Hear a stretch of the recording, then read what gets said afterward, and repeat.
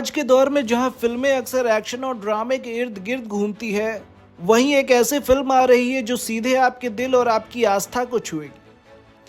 हम बात कर रहे हैं फिल्म कृष्णा और चिट्ठी की, जिसका टीजर हाल ही में रिलीज हुआ है।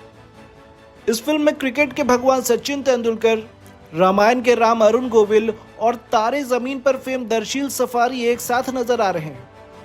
फिल्म कृष्णा और चिट्ठी के टीजर की सबसे बड़ी खूबी है इसकी स्टार कास्ट।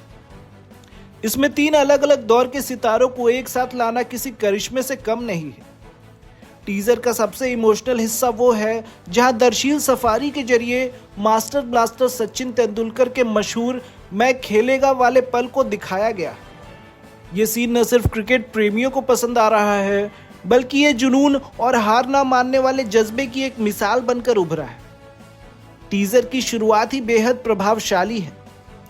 इस्कॉन के अमोघ लीला प्रभु जी की आवाज ने इसमें एक रूहानी गहराई भर दी है। जब टीजर में यदा यदा ही धर्मस्य का मंत्र सुनाई देता है, तो दर्शकों को एक अलग ही शांति का एहसास होता है।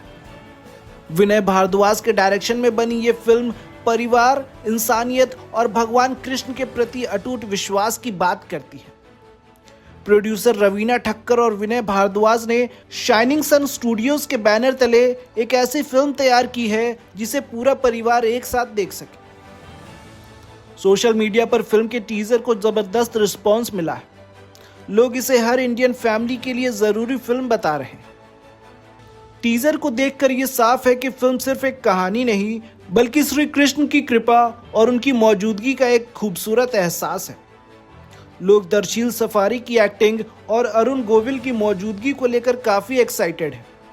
सबकी नजरें अब फिल्म की रिलीज पर टिकी है। फिल्म कृष्णा और चिट्ठी 29 मई को देश भर के सिनेमा घरों में रिलीज होगी। आस्था और भावनाओं के इस अनोखे मेल को बड़े पर्दे पर देखना वाकई एक शानदार अनुभव होगा। और भी खबरों को जानने के लिए हमारे चैनल को सब्सक्राइब करें।